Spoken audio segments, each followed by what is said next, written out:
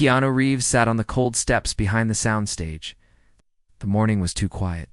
His breath came out like a soft cloud in the early chill, and in his hands he held two paper cups, one for himself, one for her. The tea was getting cold.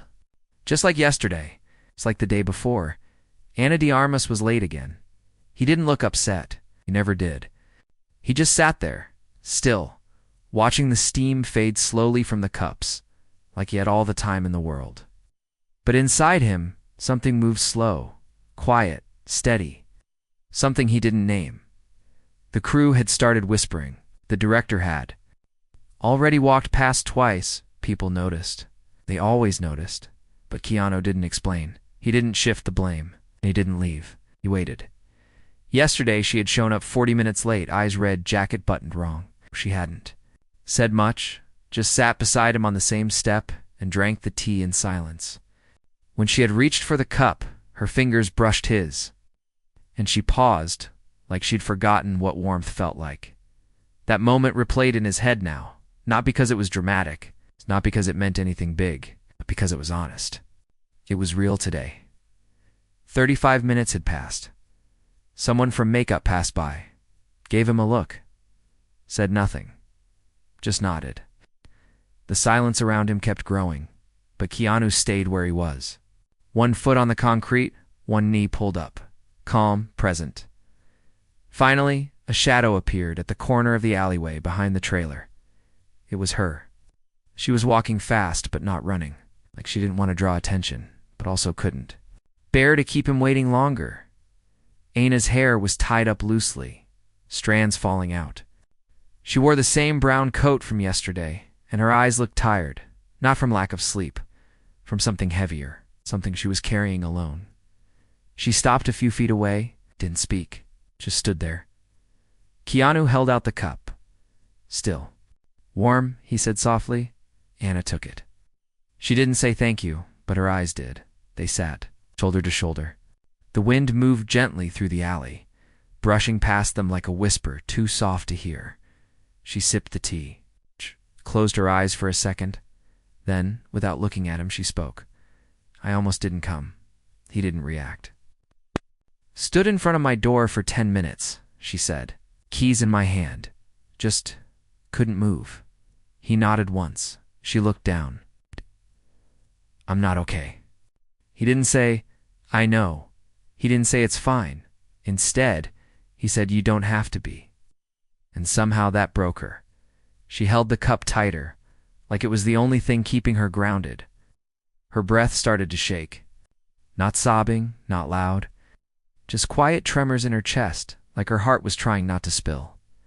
I hate wasting people's time, she said, but I keep doing it anyway. Keanu turned to face her, gently, like the moment itself was fragile. You're not wasting my time, he said. This is exactly where I want to be. She finally looked up. Her eyes were glassy. Why? He didn't answer right away. He looked at the sky like maybe the answer was up there. Then, softly, because you show up anyway, even when it's hard. She stared at him, confused, touched, afraid to believe him. He smiled, just a little. Tea's still good, right? Laughed. It was small, cracked, but real. Yeah, still good. They sat in silence again. Not the heavy kind. Not anymore. This one was softer, the kind that said you don't need to talk to be heard. Across the lot, a door opened. Someone called out that rehearsals were starting. Ana stood up slowly, wiped her eyes with her sleeve. I'll be right there, she called back. Keanu stood beside her, didn't rush her. As they walked toward the stage side by side, she glanced at him. Will you be here tomorrow too? He nodded. Same time? He said same tea. And for the first time that week, she smiled like maybe she could believe in something again. Ana was early the next day. Not on time. Early, Keanu had barely sat down when he heard her. Boots on the gravel behind the trailer. She didn't say anything when she arrived. Just sat beside him like she had always been there, like she belonged. On that step beside him, steam rising from the cups between them. I brought muffins, she said quietly. He looked at her, surprised, and smiled. She pulled out a crumpled brown paper bag. Inside were 2 blueberry muffins, slightly squashed. "Still warm, they're not great," she said. "But they're honest." He took one and nodded. Honest is enough. They ate in silence. She watched the sky more than she looked at him, like she was still afraid to be fully seen. But her body leaned a little closer today. Her shoulders had less tension. "I didn't sleep much last night," she said finally. Keanu didn't press her. She continued anyway. "Kept thinking about how many times you waited. And how I never really said sorry." "You don't owe me that," he said gently. "Maybe not," she whispered. "But I owe it to myself." He looked at her with the same quiet respect he always did. Not judging, not fixing, just listening. "People. I think I'm strong," she said. "But I'm not. I show up on set. I smile. I make jokes. But inside I'm just trying not to fall apart." Keanu's voice was soft. "Strength isn't about hiding the fall. It's about standing up after." Eyes welled.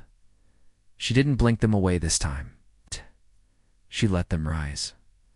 "Some days I don't even want to get up. My head tells me I'm not enough. It's like no matter what I do, I'll still disappoint someone." He nodded. "I know that feeling." "You do? It's more than you think," he said. She looked at him, really looked, like she just realized he might carry his own storm too, he continued. "I lost someone once, a long time ago. After that, every morning felt like a mountain. Every smile felt fake. I kept working, kept showing up. But inside, I was just surviving." And his lips parted slightly. "You never talk about that," she said. "Some pain doesn't want to be loud," he said, "but it's still there." She reached for her tea, held it like it was something sacred now. "Thank you," she whispered. Keanu looked over. "For what?" "For showing up, for not walking away." He smiled. "You've been showing up too. Every day's a victory." Sat there, time slowing down around them. And then she said something she hadn't said before. "Do you want to see something?" He nodded. She pulled out her phone, scrolled for a few seconds, then handed it to him, a photo. It was old, her as a teenager, standing outside. A tiny theater in Cuba, smiling, holding a script in her hand like it was gold. "First audition," she said. "I didn't even speak English yet, but I knew this was it. I just knew." Keanu studied the photo. He didn't smile, not out of coldness, but out of reverence. "You still carry that fire," he said. Anna shook her head. "No, I lost it." He looked at her. Firm, gentle. "No, you didn't. It's still in you. It's buried under too many people's opinions." She stared at the photo in his hands. "Sometimes I wonder what that girl would think of me now." She said, "Would she be proud or disappointed?" Keanu handed the phone back to her. "She'd be proud you made it this far. And even prouder, you kept going when it hurt." Anna turned her face away, wiped her eyes with her sleeve. Then she said something that made him pause. "Do you ever wish someone would just hold your hand and say it's going to be okay, even if it's not?" His voice was barely a whisper. "Every day." They looked at each other then, not like co-stars, not like two people sharing tea, but like two souls who had both known quiet battles and never asked for medals. And in that moment, Anna reached out, slowly, like it might break her if she was wrong, but Keanu didn't pull away. Their hands touched, rested together on the cold concrete step. No words, just warmth. Someone called out again. It was time for rehearsal. Anna didn't move right away. Then she let go gently. "Will you wait?" "Tomorrow too?" she asked. Keanu nodded. "I always will." As they walked side by side, her pace matched his for the first time. No rushing, no guilt, just presence. And behind them, 2 empty cups sat on the step. One still held a few sips of tea. But it didn't matter, because what they really needed, they had already shared. Keanu sat alone again, but this time it wasn't cold. The sun had come out early. The trailer walls were warm to the touch. 2 paper cups sat between his palms. Same tea, same spot, but she didn't come. 10 minutes passed, then 20. Then 40-5. He didn't check his watch. He never did. But he noticed. and his fingers started tapping against the side of the cup, slow and soft. Like they were keeping time for someone who forgot the rhythm. He didn't feel anger.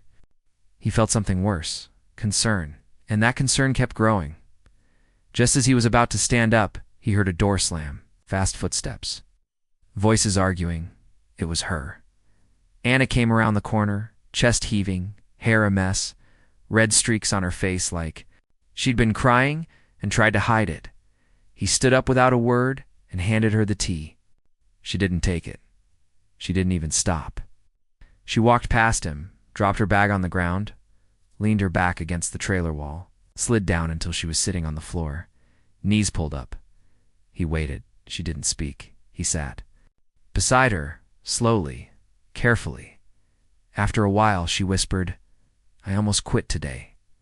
Keanu turned to her, steady. "What happened?" She shook her head. "Director pulled me into a side room, said I was too emotional, said I was hard to rely on, said if I didn't get it together, I'd be replaced." Keanu's jaw tightened slightly. "Did you say anything back?" "I wanted to," she said. "I wanted to scream. But I just stood there, frozen, like a kid being scolded, and then I cried." In front of him. Keanu said nothing for a moment. Then softly, "You didn't fail. You felt, that's different." Anna pressed her fingers against her forehead. "He thinks I'm weak. He doesn't know you." She turned to him, eyes tired. "Do you?" His answer was quiet. "Certain. I know strength when I see it." She looked away. "Maybe I'm just not built for this. Maybe I'm too soft for this world." Keanu leaned back, eyes on the sky. Soft doesn't mean broken. Soft means you still care. Soft means the world hasn't hardened you. Anna let her head rest on her knees. "Why are you so patient with me?" she asked.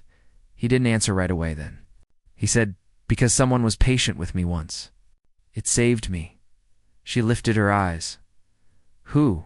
"A woman," he said. "Kind, strong, quiet, like a river. She taught me not to give up on people and not to give up on myself." "What happened to her?" He looked down at his hands. "She got sick. Left too soon." Anna placed her hand over his without thinking. "I'm sorry." He looked at her then. He really looked. "You remind me of her," he said. "The way you hold in your pain, the way you keep showing up, even when the world pushes back."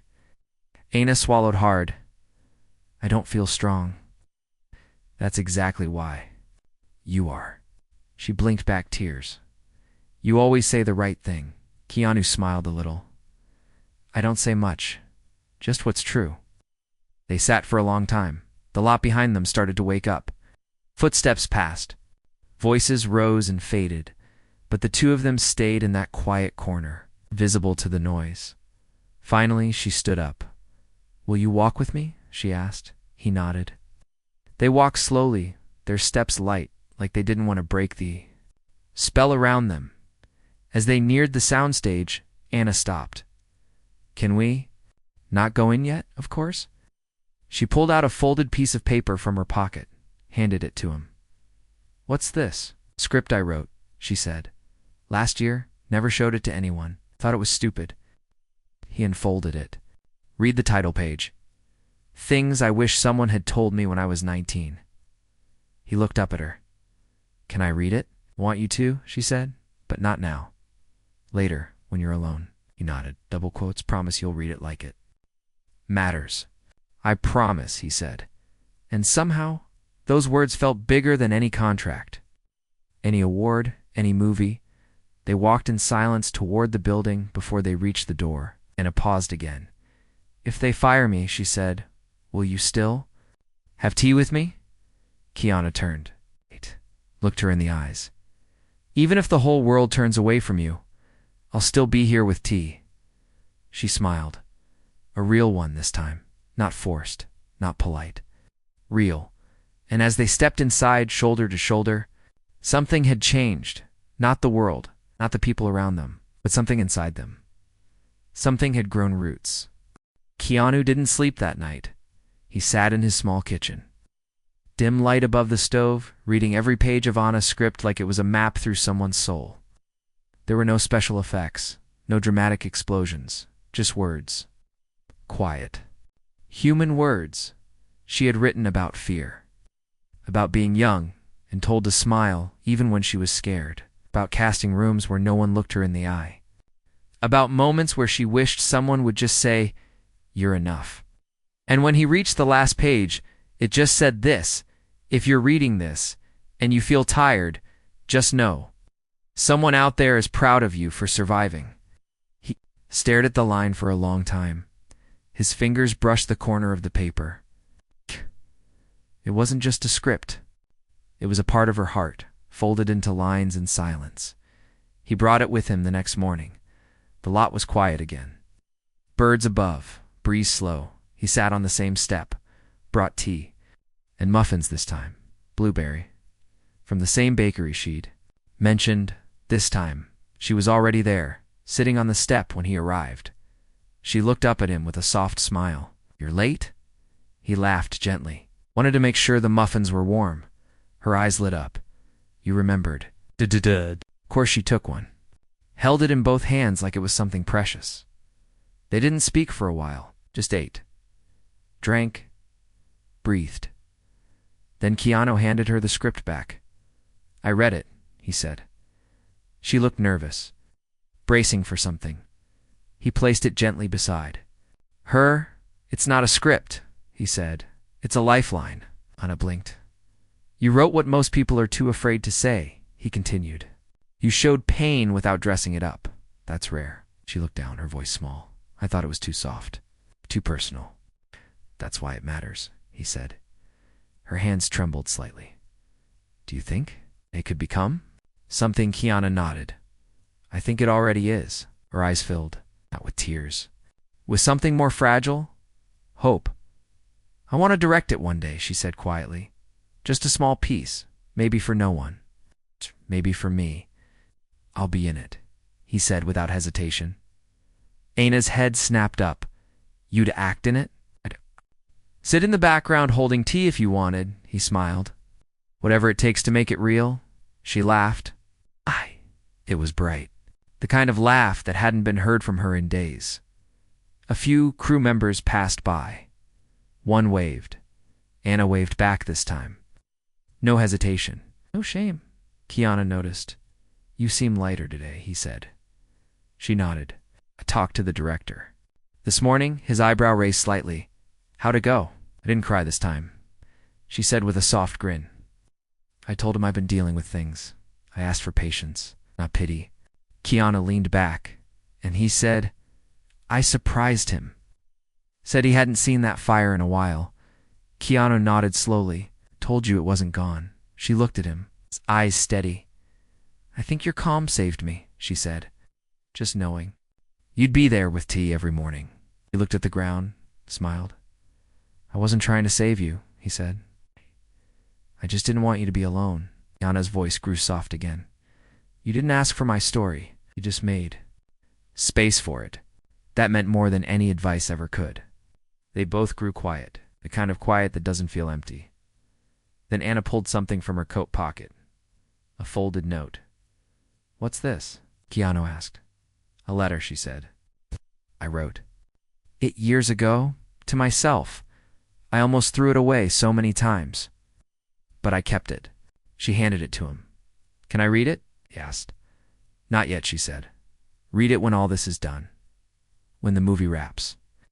When I'm no longer afraid of who I used to be." He nodded, holding the note gently. "I'll keep it safe." "No," she said. A voice echoed across the lot. "Time for rehearsals again." Anna stood, offered her hand. Keanu took it. They walked in together. And this time, something was different. She didn't look behind her. She didn't hesitate. She walked forward like someone who remembered who she used to be. Wasn't scared of becoming that girl again. The weather turned gray that morning. Clouds hung low over the studio lot like heavy thoughts waiting to rain. The trailers were quiet. The set doors hadn't opened yet, but Keanu was already there. Same step, same tea. He had started pouring. Hers first now, Every morning, even when she wasn't there yet. Like a quiet belief that she would come. He sat with the letter in his jacket pocket. Still unopened? Still folded? He hadn't read it, just like she'd asked. But it had weight now, not just from the paper, but from the trust inside it. Minutes passed, then 20, then 30-5, and then he heard hurried footsteps. Oh, but they weren't light this time. They were heavy. Off balance, Anna appeared from around the corner. Hair wet from the morning mist. Jacket unzipped. Eyes wide with something between panic and pain. Keanu stood up fast. What happened? She didn't speak, just walked toward him fast, like she didn't trust herself to stay standing much longer. She reached him and wrapped her arms around him before he could even react. Her forehead pressed against his chest. Her shoulders trembled. He held her, without a word. For almost 2 minutes, she said nothing. Then my brother called, she whispered, from Cuba. My father had a stroke. Keanu closed his eyes. Don't know if he'll make it, she said. His hand moved gently across her back, steady and warm. I want to go, she said. But the studio, the contract. Go, he said softly. Don't even think twice. She pulled back, eyes wet. But they'll replace me, the director already. They can replace the role, he said. Not you. Her lips trembled. I'm scared of what? That I'll lose everything? That if I leave now, I won't be allowed to come back. Keanu held her hands. Firm, gentle. You leave to protect your heart, not your career. The people who matter will understand. She looked into his eyes. Will you still be here when I come back? Answer was quiet. Yes, with tea. A tear fell from her cheek. I feel selfish, she whispered. Leaving this close to the end? You're not leaving for yourself, he said. You're going for someone you love. That's not selfish. That's sacred.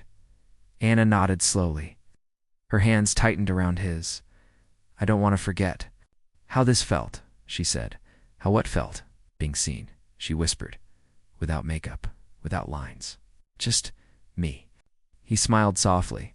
Then remember this moment. It's not with your mind, with your soul. She reached into her coat pocket, pulled out a small bracelet, woven thread. Simple. Worn. My father gave this to me when I was 13, she said. Want you to hold it until I come back? Keanu took it gently. I will, he said. I'll keep it safe. A black car pulled up near the edge of the lot. Someone waved from the driver's seat. That's my ride, she said. They stood, in silence for a few more seconds. Then quietly she stepped forward and did something she hadn't done before. She pressed her forehead to his, closed her eyes and whispered thank you. He didn't say anything. He just let her be there. Just for that moment, then she turned, walked toward the car, but just before getting in, she looked back. Don't read the letter, she called. Not yet. I'm coming back. Keanu nodded. She got in. The door closed. The car rolled away, and Keanu stood there for a long time, holding her bracelet in one hand, the tea in the other, and something deeper sitting quietly inside his chest. When the crew asked where Anna was, he didn't tell the full story. He just said she had somewhere more important to be. And every day after that, he still brought tea, still sat on the step, still poured her cup. First, people called it habit, but it was hope. Days passed, then a week, then 2. Keanu still came every morning, same step, same tea. One for him, one for her. He didn't explain to anyone why he kept doing it. Seth had grown quiet about her absence. No more whispers, no more questions. People assumed the role would be recast. But Keanu said nothing. He waited, not with expectation, but with faith. He still wore the bracelet around his wrist.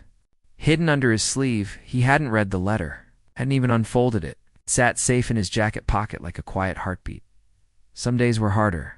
The step felt colder, silence heavier. But he kept coming, because some promises don't need reminders. They live in you.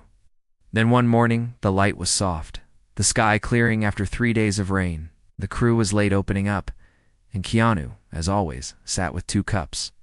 He was reading a book when he heard the voice. You. Still pour mine first. He froze. Slowly looked up. Anna stood there, hair tied back, eyes tired but glowing. Suitcase by her side, Keanu stood. She stepped forward.